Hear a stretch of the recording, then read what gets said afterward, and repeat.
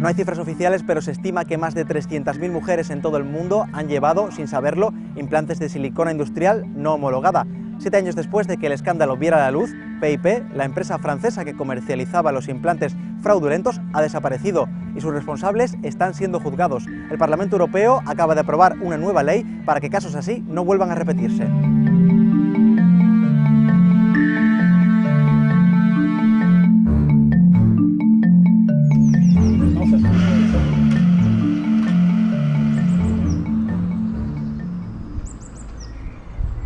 J'avais un tout petit cancer qui avait été diagnostiqué, qui faisait 7 mm et qui n'avait pas été ailleurs. Donc il m'a dit, si on vous enlève le sein, il n'y a pas besoin de chimiothérapie, de radiothérapie. Moi encore, j'ai été prise en charge. Je n'ai gardé ma prothèse que 6 mois. Et au bout de 6 mois, j'ai eu énormément de problèmes. À peine 3 semaines après, j'ai eu des problèmes. Et il y a des femmes qui ont porté ces implants pendant plusieurs années et qui ont des conséquences beaucoup plus graves que les miennes. Parce qu'elles ont du silicone qui s'est répandu dans tout leur organisme.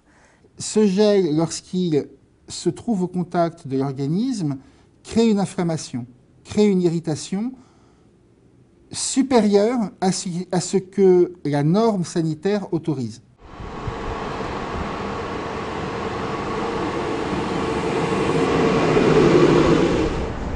Alors moi j'ai été opérée en 2002 d'une mastectomie bilatérale prophylactique, c'est-à-dire qu'on enlève les 2 seins préventivement parce que j'appartiens à une famille à haut risque. J'ai 3 sœurs, dont 2 sont décédées d'un cancer du sein et j'ai une nièce aussi.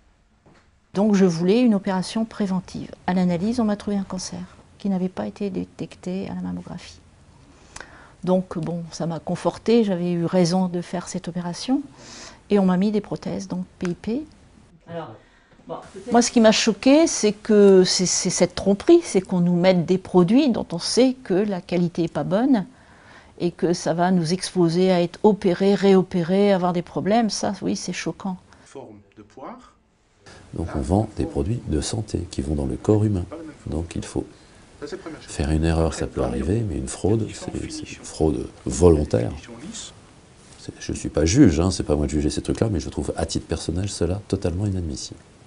Les chirurgiens ne savent pas s'ils doivent enlever, pas enlever, laisser en place. En général, c'est au cas par cas. Et à terme, dans quelques années, on ne sait pas ce que ça va donner.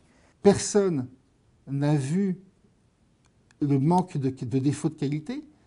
Tout le monde disant ce n'était pas à moi de voir.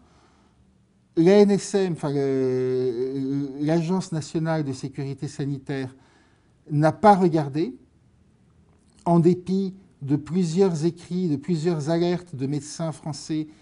Elle n'est pas allée voir pour des raisons politiques, parce que PIP était une société qui employait un certain nombre de personnes, qu'elle avait une notoriété internationale, qu'elle était française et qu'elle était en difficulté économique. Mais il y a même eu des femmes qui ont eu un cancer du sein, qui ont eu des prothèses pour se faire reconstruire après les traitements. Et moi, j'ai des femmes qui m'ont dit, dans ma famille, on m'a même dit, mais tu étais guérie du cancer, qu'est-ce que tu avais besoin de te faire reconstruire? C'est bien fait pour toi.